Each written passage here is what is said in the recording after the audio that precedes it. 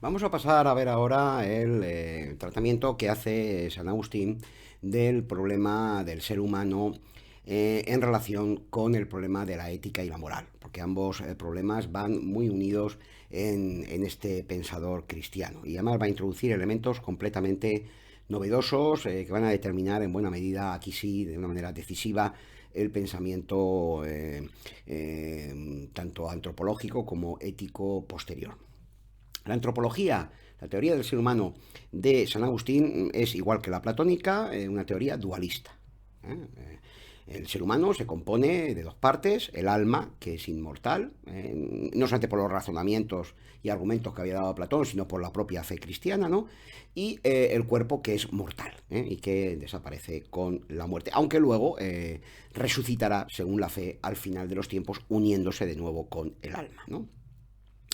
No obstante, por lo que respecta al origen del alma humana, San Agustín va a mantener una teoría muy diferente a la de Platón, a la idea de la transmigración o reencarnación de las almas, una idea que había aparecido, vamos, había sido sostenida por algunos padres de la Iglesia, sobre todo los de la zona griega, como Orígenes, ¿no? Habían mantenido la idea de la reencarnación, pero esa idea rápidamente fue vista como algo herético y fue, digamos, tachada de los dogmas de la Iglesia, que va a mantener que el alma es única, cuando muere el cuerpo, pues marcha con la divinidad, ¿no? Al cielo, y luego pues se une con el cuerpo, como os decía, en el momento del juicio final. Por tanto, San Agustín va a mantener una teoría con respecto al alma humana que recibe el nombre de traducianismo. Esta teoría ya existía antes de él, la retoma. Esta teoría mantiene que el alma ha sido creada por Dios, pero va pasando de padres a hijos, ¿no?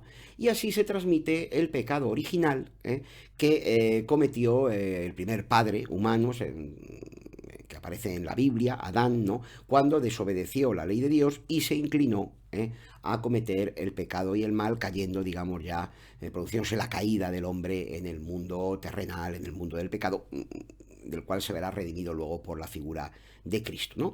Por tanto, traducianismo, ¿no? El alma humana va pasando de padres a hijos, ¿no? Y va transmitiéndole las propiedades de estos y además el pecado original que se va transmitiendo desde el primer hombre a todos los demás seres humanos. Evidentemente hay una voluntad interesante, ¿no? De intentar explicar, por un lado, por qué los padres y los hijos se parecen. Evidentemente ellos no conocen nada, ¿no? Del ámbito de la genética ni nada parecido, y la única manera de explicar un poco este parecido, ¿no? Que existe entre padres e hijos, ¿no? Pero desde un punto de vista religioso, pues tiene una importancia muy grande, ¿no? Porque ese pecado original es, recordad que el mundo religioso y la Biblia y las palabras de Cristo, etcétera, son símbolos de algo que podemos conocer por la razón también, según San Agustín. Ese pecado original indica la tendencia que tiene el ser humano a cometer el mal, a cometer el mal, ¿no? Ya el mal no es solamente fruto de una ignorancia, como en Platón, ¿no? Sino que hay una tendencia negativa dentro del alma humana que la inclina la balanza humana hacia la desobediencia, ¿no? A cometer errores, a cometer maldades, ¿no? Y es a eso a lo que se denomina, desde un punto de vista simbólico, en el ámbito religioso judeocristiano y luego islámico, ¿no? Ese pecado original, ¿no? Claro, la cuestión que se plantea inmediatamente es el problema del mal, ¿no? Que yo creo que es evidente ya, ¿no? Si Dios es bueno, si Dios ha creado este mundo, si Dios es el bien supremo y en este mundo existe el mal, entonces, o bien no existe Dios, con lo cual eso es impensable dentro del pensamiento judeocristiano, puesto que la existencia de Dios es un dogma de fe absolutamente fundamental, o lo que puede suceder es que Dios sería el responsable del mal que existe en el mundo, ¿no? Con lo cual Dios sería malvado. O puede ser, como creía la secta de los maniqueos, ¿no? Que exista un principio del mal, un principio demoníaco, que es el que representa el mal en el mundo. Es decir, habría dos dioses, un dios luminoso, ¿no?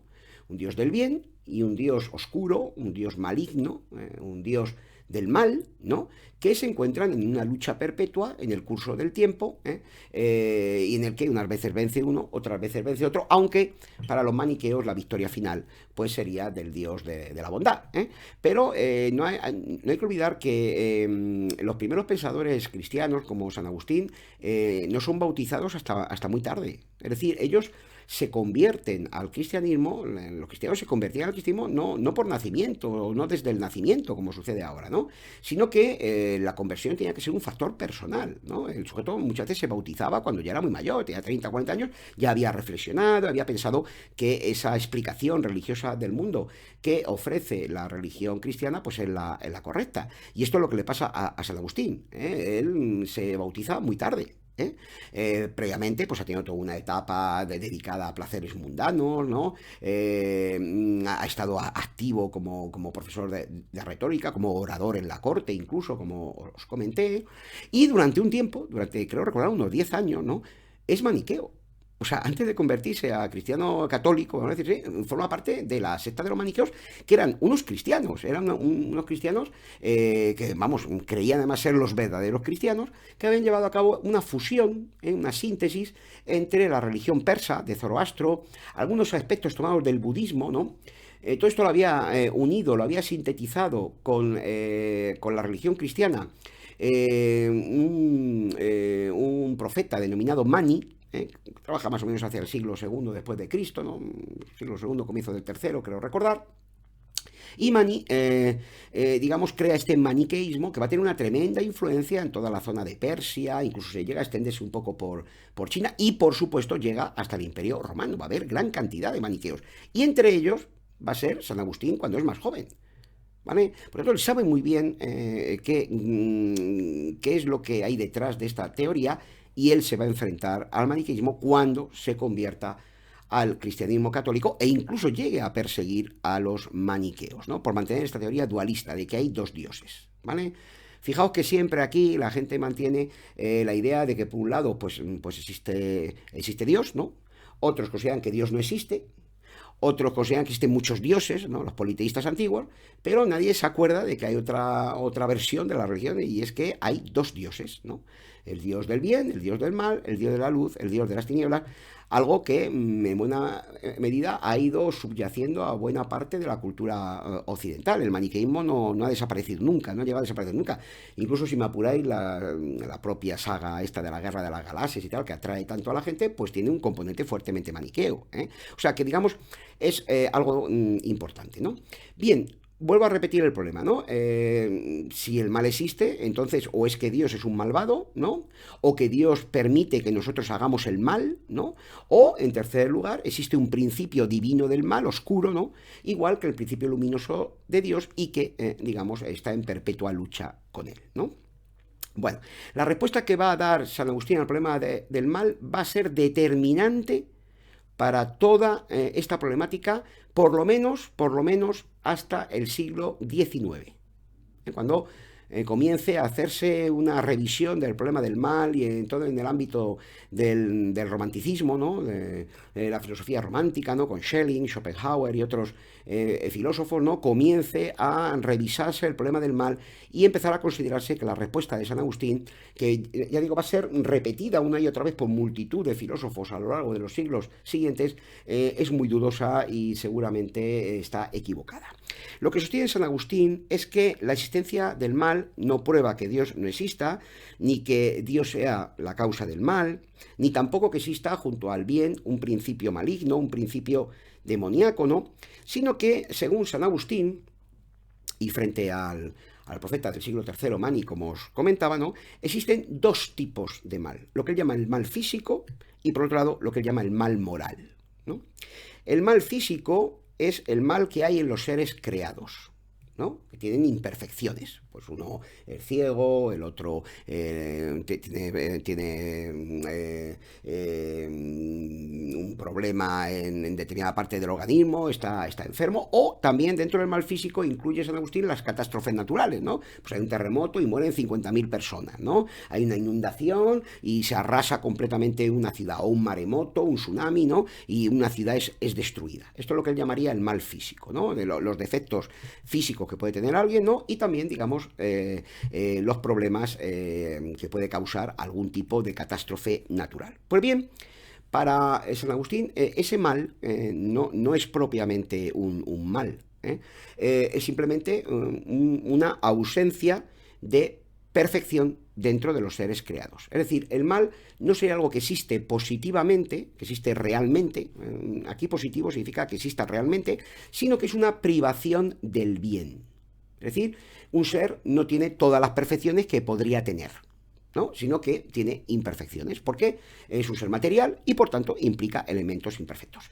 Y si alguno dice que por qué Dios no ha creado seres perfectos sin imperfecciones, pues San Agustín le dice que esto es imposible, porque el único ser infinitamente perfecto es Dios.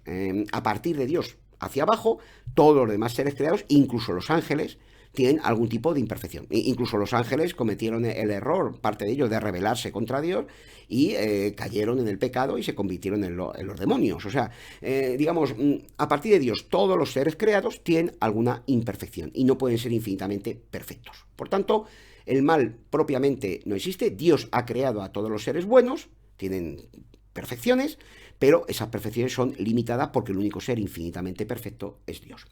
Y por otro lado, San Agustín da un argumento que podríamos denominar, no pongáis esto nunca en ningún examen, pero que podríamos denominar como ecológico, vamos a decirlo así, ¿no? Para San Agustín, el mal físico que existe nos lo parece a nosotros, pero considerado desde nuestra perspectiva limitada, ¿no? Pero considerado en la totalidad del cosmos o del universo, no es un mal, sino que contribuye a la armonía general del todo, de la totalidad del universo. De manera que si, por ejemplo, pues hay una catástrofe natural, evidentemente al que la sufre, pues no le viene bien. Pero esa catástrofe forma parte de la armonía de la naturaleza. Era necesario que se produjera ese fenómeno natural, porque eso contribuye al equilibrio de la naturaleza, ¿no? O que unos animales devoren a otros, o que haya animales repelentes, ¿no? Aparentemente malvados, como las arañas, las serpientes, no es que sean malvados, forman parte de la armonía total del universo. De la misma manera dice San Agustín que en un cuadro pues hay luz y oscuridad, y sin el claroscuro del cuadro no es posible que aparezca una imagen bella, ¿no? O en una composición musical hay armonía y disonancias, ¿no? Hay consonancias y disonancias, pues lo mismo en el mundo. Lo que llamamos mal no es nada más que un contrapunto del bien. Se necesita ese factor para que brille la bondad del bien. Y lo mismo sucede, pues, por ejemplo, en un drama, ¿no? Donde los personajes malvados tienen que existir, digamos, para que brille más la bondad de los personajes bondadosos. Por tanto, el mal físico no es más que privación de un bien. Y en segundo lugar, lo que llamamos mal muchas veces no es nada más que fruto de nuestra limitación, de nuestra visión limitada, porque hay que incluirlo en la totalidad de la realidad y por tanto forma parte de la perfección global. En cambio, el mal moral hay que entenderlo, dice San Agustín, en el marco del tema de la libertad humana, del libre albedrío humano. Dios, que es la bondad suprema, ha dotado al ser humano de un bien que es el libre albedrío, la libertad, para que pueda escoger entre el bien y el mal, entre obedecer la ley de Dios o caer en el pecado. Y por tanto, sin la libertad humana, pues tanto el orden moral como la idea misma de responsabilidad perderían todo su sentido. No obstante, dice San Agustín, la voluntad humana es imperfecta, muchas veces, como es un ser finito, pues el ser humano tiende a caer en la tentación, tiende a ceder a sus pasiones, a sus impulsos, y por tanto hace el mal, ¿no? En vez de atender a la ley natural, ¿no?, a los principios de la moral, de la ética que le ha dado Dios a través de la razón, cede a las tentaciones del cuerpo, a las tentaciones sensibles y peca, ¿no? Por tanto, aunque la voluntad puede elegir libremente entre el bien y el mal, y esto es un bien supremo que ha dado Dios al ser humano, y es por tanto es mejor tener libertad que no tenerla, ¿no? Muchas veces el ser humano pues emplea mal esa libertad, ¿no? Y debido al pecado original que se ha transmitido desde Adán y que designa esa caída constante del ser humano en las tentaciones, se requiere, igual que en el terreno del conocimiento, la iluminación, ¿no? En el terreno ético, en el terreno moral, San Agustín señala que se requiere lo que él llama la gracia divina, es decir, una fuerza especial que da Dios a la voluntad humana, y por eso el creyente le ruega a Dios que le dé fuerzas, ¿no?, para resistir determinadas tentaciones, ¿no? Una fuerza que le da Dios a la voluntad humana, a la que, repito, San Agustín denomina gracia, la gracia divina, que le permita convertirse al bien, ¿no?, abandonar la tentación del mal y así rechazarlo, ¿no? Por eso dice la oración esa del Padre Nuestro, ¿no? Dice, y líbranos de todo mal, ¿no? El creyente ruega que le conceda fuerzas, que Dios le dé esa gracia para poder resistir la tentación. Solo así, solamente mediante esa ayuda divina de la gracia, ¿no?, el ser humano puede alcanzar, dice San Agustín, la virtud, ¿no?, que es el único camino que garantiza la salvación. Y que San Agustín va a definir como un amor ordenado que nos conduce a respetar la ley eterna, la ley ética eterna que Dios ha establecido en el universo. Y ese respeto a la ley garantiza lo que es el bien supremo otorgado por Dios al ser humano. Esto es algo también novedoso, que está tomado en buena medida del mundo romano, que es la paz. La paz, que es el bien supremo, y que San Agustín define con una definición bellísima, a mí me encanta, ¿no?, como la tranquilidad del orden, tranquilitas ordinis, ¿no?, la tranquilidad del orden, ¿no? Y esa tranquilidad del orden que garantiza la paz, ¿no?, mediante el cumplimiento de la ley eterna, ¿no?, depende de la justicia y del derecho, que el ser humano debe tener presentes para que su libertad esté bien orientada y pueda conseguir esa paz sin caer en el desasosiego que implica la violencia, el desorden que implica la tentación. Por tanto, como veis, el pensamiento agustiniano, en todo este marco religioso, ¿no?, que a nosotros quizá nos queda lejano, pero introduce una serie de componentes que son fundamentales para entender el mundo moderno. Si ahora mismo una persona considera que un elemento fundamental es su libertad, ese concepto de libertad adquiere una importancia fundamental por la introducción del mismo en el pensamiento judeocristiano. En el pensamiento grecorromano no había tenido especial importancia.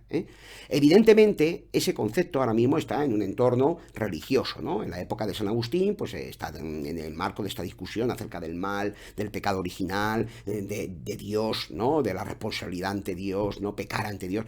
Pero poco a poco va a ir desapareciendo ese componente religioso en los siglos siguientes y la palabra libertad, la libertad humana, va a ser considerada una cualidad del ser humano, una cualidad natural del ser humano, y va a ser fundamental para entender todo el pensamiento ético y político de los siglos de la época moderna y sobre todo contemporánea. Por tanto, como os decía en la sesión anterior, el pensamiento cristiano es fundamental para entender multitud de los conceptos que manejamos ahora, aparentemente como algo normal, como algo que va de suyo, pero que fueron introducidos claramente por el pensamiento, por la religión judeocristiana en esta síntesis tan interesante, tan rica en polémica con la filosofía grecorromana.